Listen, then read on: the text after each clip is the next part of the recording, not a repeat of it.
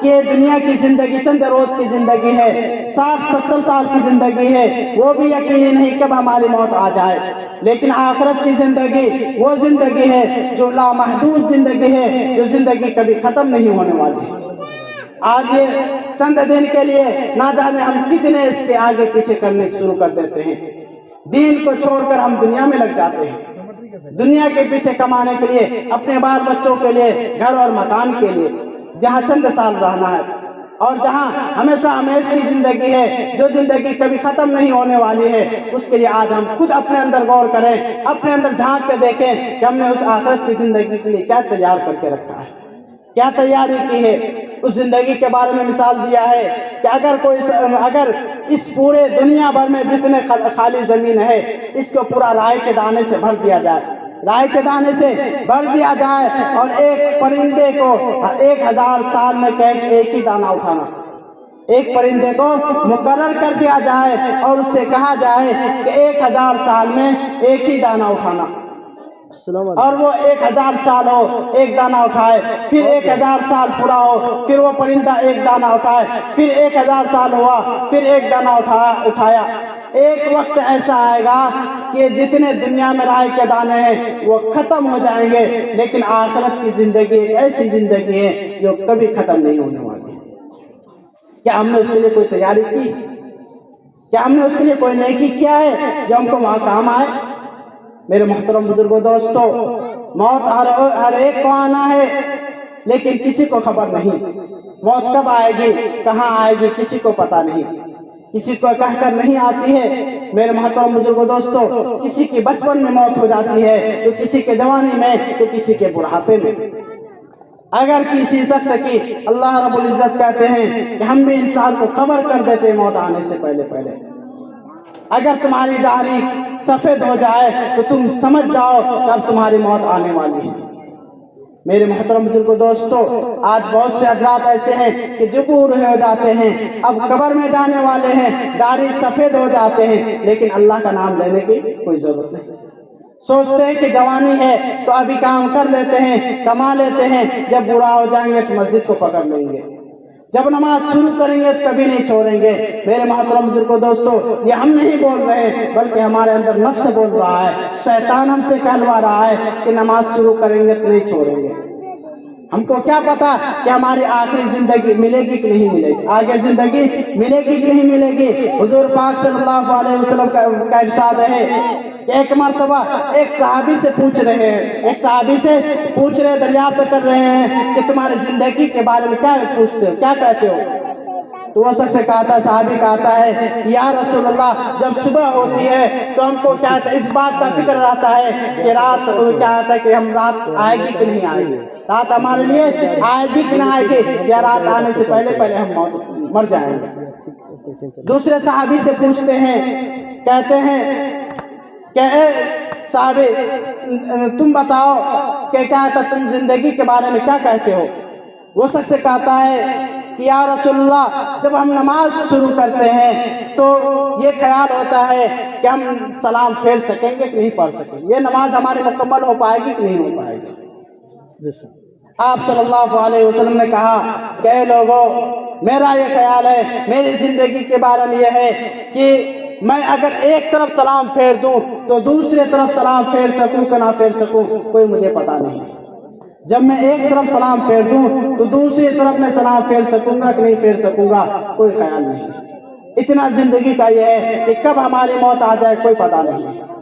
آج ہم سب ایک یقین کر لیتے ہیں کہ بوڑھا ہوں گے تبھی مریں گے۔ ہمارے سامنے کئی جنازے اٹھتے ہیں، کئی جنازوں کی ہم کیا شرکت کرتے ہیں، ہاتھ دیتے ہیں، نہلاتے دھلاتے ہیں، مٹی دے رہے ہیں اپنے ہاتھوں سے۔ وہ ہم کو یہ خبر دے رہا ہے کہ اے لوگوں سن لو، آج میں اس دنیا سے جا رہا ہوں، کل تم کو اس دنیا سے جانا ہے، کل تمہیں بھی اس دنیا سے جانا ہے، تم بھی اس کے لیے مرنے سے پہلے اپنے مرنے کی تیاری کر دو۔ میرے محترم بزرگوں، دوستو، موت کسی کو خبر دے کر نہیں آتا ہے۔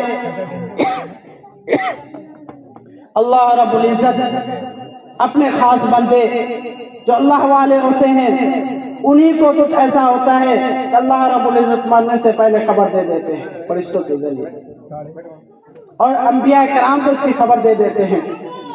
حضرت موسیٰ علیہ السلام کے بارے میں آتا ہے کہ میکائیل علیہ السلام حضرت کہتا ہے کہ موت کا فرشتہ آتے ہیں حضرت موسیٰ علیہ السلام کے پاس اور کہنے لگتے ہیں کہ میں آپ کے پاس آپ کو روح قبضہ کرنے کے لیے آیا ہوں. کیا کہتے ہیں؟ میں آپ کے پاس، میں موت کا فرشتہ ہوں، آپ کو روح قبضہ کرنے کے لیے آیا ہوں. حضرت موسیٰ علیہ السلام جلالی پیغمبر ہیں. حضرت موسیٰ علیہ السلام جلالی پیغمبر ہیں. اس کو ایک تھپڑ لگاتے ہیں فرشتے کو. انسان کے شکل میں فرشتہ آتا ہے اور کہتا ہے کہ میں آپ کو روح قبضہ کرنے کے لیے آیا ہوں، اللہ نے بھیجا ہے. تو ایک تھپڑ لگاتے، جب ایک تھپڑ لگاتے ہیں تو اس کے آنکھ نکل کے باہر ہو جاتی ہے. فرشتے اللہ کے دربار میں حاضر ہوتے ہیں اور کہتے ہیں کہ یا اللہ، آپ نے کس بندے کے پاس ہم کو بھیجا تھا روح قبضہ کرنے کے لیے؟ وہ بندہ ایسا ہے کہ مجھے ہی تھپڑ لگا دیا اور میرا ہی آنکھ نکال دیا. اللہ رب العزت کہتے ہیں اے فرشتے جاؤ، تم اس کو کہنا کہ اگر تم کو اس دنیا میں رہنا ہے تو کسی جانور کے اوپر اپنا ہاتھ رکھ دے، اور جب جتنا بار اس ہاتھ کے اندر آئے گا تو اتنا کہتا ہے زندگی اس کو دے دی جائے گی. تو فرشتے حضرت موسیٰ علیہ السلام کے پاس آتے ہیں اور کہتے ہیں کہ اگر آپ کو زندگی چاہتے ہیں تو آپ کسی جانور کے اوپر ہاتھ رکھ دیں، جتنا بار اس پر آئے گا اتنا زندگی آپ کو دے دی جائے گی. پھر پوچھتے ہیں کہ اتنا زندگی کے بعد پھر کیا ہوگا؟ تو کہتے ہیں پھر موت آئے گی. حضرت موسیٰ علیہ السلام کہتے ہیں پھر اگر اس کے بعد بھی موت آنی ہے تو ابھی میرا روح قبضہ کر لیں. اس طرح کی خبر آپ صلی اللہ علیہ وسلم ایک مرتبہ صحابہ کرام کے درمیان بیان کر رہے تھے، بات کر رہے تھے اور کہنے لگے اے صحابہ کرام، میرے پیارو، اللہ رب العزت نے ایک بندے کو اختیار دیا ہے، اگر وہ چاہے تو اس دنیا کی زندگی کو پسند کر لے، اگر وہ چاہے تو میرا دیدار کو آ جائے. تو اس بندہ نے اللہ کے دیدار کو قبول کر لیا ہے. تو سب صحابہ کرام سوچ میں پڑ گئے، لیکن حضرت ابو بکر رضی اللہ تعالیٰ عنہ جو تھے دھارے مار کر رونے لگے. وہ سمجھ گئے کہ ہمارے نبی کریم صلی اللہ علیہ وسلم کی اب موت ہونے والی ہے. میرے محترم بزرگوں دوستو، اس طرح نبیوں کو کیا خبر دے دیتے ہیں. بہت سارے ایسے بزرگان دین بھی ہیں جس کو اللہ رب العزت خبر دے دیتے ہیں. میرے محترم بزرگوں دوستو، ایک بزرگ کے بارے میں آتا ہے کہ وہ بزرگ ایک عطر فروش کے پاس جاتے ہیں. ایک عطر فروش کے پاس جاتے ہیں اور کہتے ہیں کہ اے شخص، تمہاری اس شیشیوں میں تمہاری موت چھپی ہوئی ہے. کب اس شیشیوں سے تمہاری موت نکلے گی؟ کب تمہاری موت ہوگی؟ وہ بزرگ کہہ رہے ہیں اس شخص کو، عطر فروش کو. تو وہ شخص کہتا ہے کہ جس طرح تمہاری موت ہو جائے گی اس طرح ہماری بھی موت ہوگی. تو وہ بزرگ بستر بچھاتے ہیں اور کیا ہے چادر بچھا کر وہیں لیٹ جاتے ہیں، چادر اپنے اوپر تان لیتے ہیں اور لا الہ الا اللہ محمد رسول اللہ پڑھ کر سو جاتے ہیں. وہ شخص سمجھ رہا ہے کہ یہ شخص کیا ہے سو رہا ہے. کچھ دیر ہوا، اس شخص کو بزرگ کو ہلا رہا ہے. جب ہلا رہا ہے تو ہل نہیں رہا ہے. جب چادر اٹھا کے دیکھتا ہے تو اس کی موت ہو گئی. چادر اٹھا کے دیکھتا ہے تو اس کی موت ہو گئی. اللہ نے اس کے روح قبضہ کر لی اور وہ بھی کلمے کے ساتھ موت ہوئی. اللہ رب العزت